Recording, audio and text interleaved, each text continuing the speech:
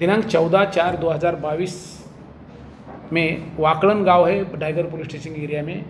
वहाँ के मंगेश पाटिल जो गांव का रहने वाला है वो घर में नहीं है, वो लापता है, ऐसा मिसिंग हमारे पुलिस स्टेशन में दिया उसके रात लोगों ने।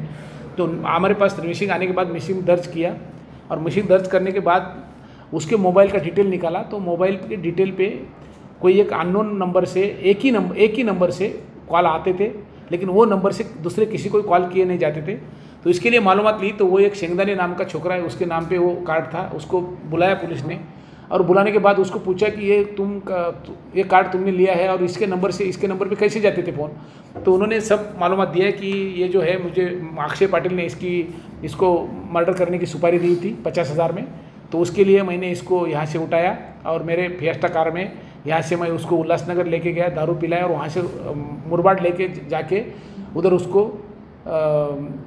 एक अपना चाकू उसके गले पे मार के और उसको दोरी से उसका गला दबा के उसका मर्डर किया और उसको मट्टी में नीचे दबा के उसको पूरा नष्ट किया है।